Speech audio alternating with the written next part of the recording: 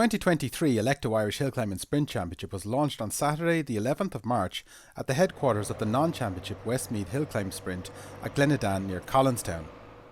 Hillclimb Commission Chair Enda Byrne outlined the format of this year's championship. This is the launch and we have a non-championship round tomorrow.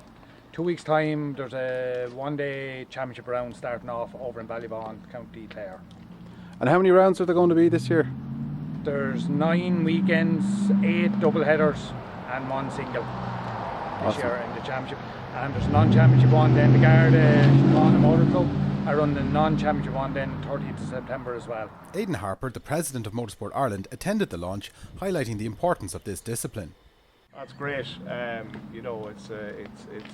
great to see the non-championship round kicking off here in Westmeath tomorrow, and obviously, as Enda said, we have the rest of the year with various clubs taking on the championship. So it's a great discipline, great commission behind it, and a great family atmosphere among the competitors, which is really great to see.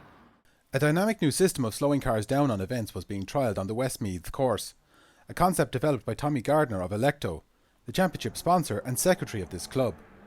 Named the virtual chicane, it works on a sequence of 4 beams creating 3 sectors, one of which the car must pass through below a set speed, in this case 80 km/h.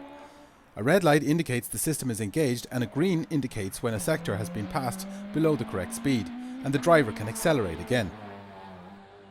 If a driver fails to cross a sector below the correct speed, the red light remains flashing. On a hill climb, a white flag is raised and the driver forfeits the run. On a rally, this could be a time penalty. Such was the importance of explaining the system to the competitors. The COC Declan Tansey held his driver's briefing at the chicane, and we had a few more words from Aidan Harper. Hill climbing is a unique part of our motorsport here in Ireland, and we need to make sure that we keep our shoulder well to the wheel in order to keep these hill climbs running and keep the numbers attending to it. And that's what's happening right here this morning. It's a lovely Sunday morning, and I say it's great to be here. Well done to everybody that was here last night and who have come this morning. It's an exciting day as well because it's the first discipline to try any of this new technology in relation to virtual chicanes. But don't let that get into your heads today and it's all about the virtual chicane. You need to go out, enjoy yourselves, do what you do well and have a great day. But you know, this could be the start of something amazing within our sport when it comes to virtual chicanes, not just in hill climbing but in other motorsports.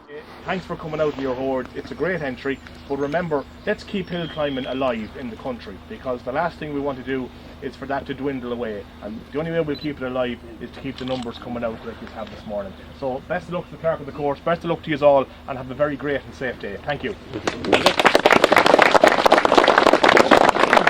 Just one more thing there. From our observation of the chicane on the practice and first time run, it appeared to work reliably and fairly, and drivers were quick to get used to it.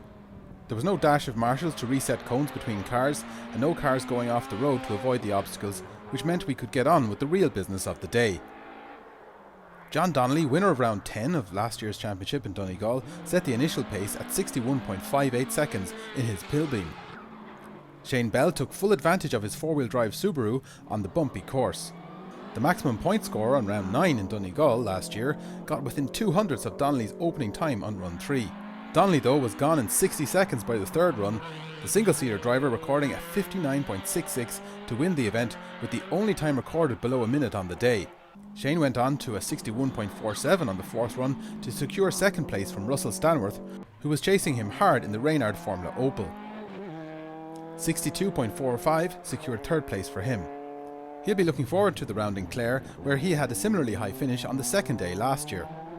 Gary Kiernan was using the hill climb as a shakedown for the West Cork Rally, to be held a week after this event on the St Patrick's weekend in Clonakilty.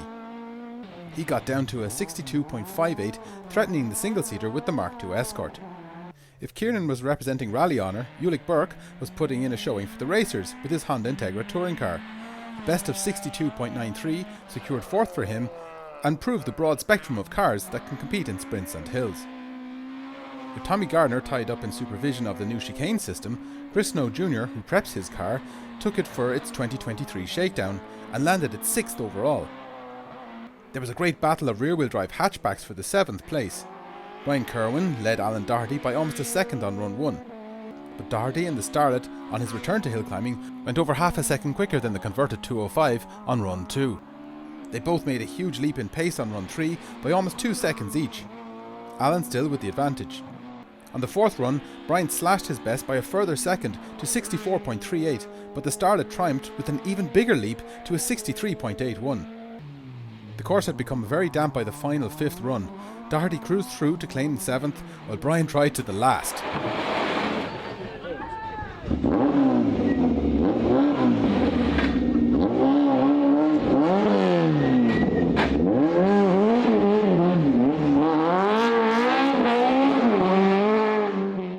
A similar battle between Torsten Schmidt's rally escort and Peter McKinley's Hillclimb escort took them up and down the leaderboard over the day.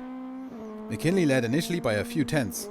Schmidt got ahead by a half a second on run 2, and they settled to 9th and 10th overall, with just 7/100ths favouring the silver car at the end of the day after both got into the 64s on run 4.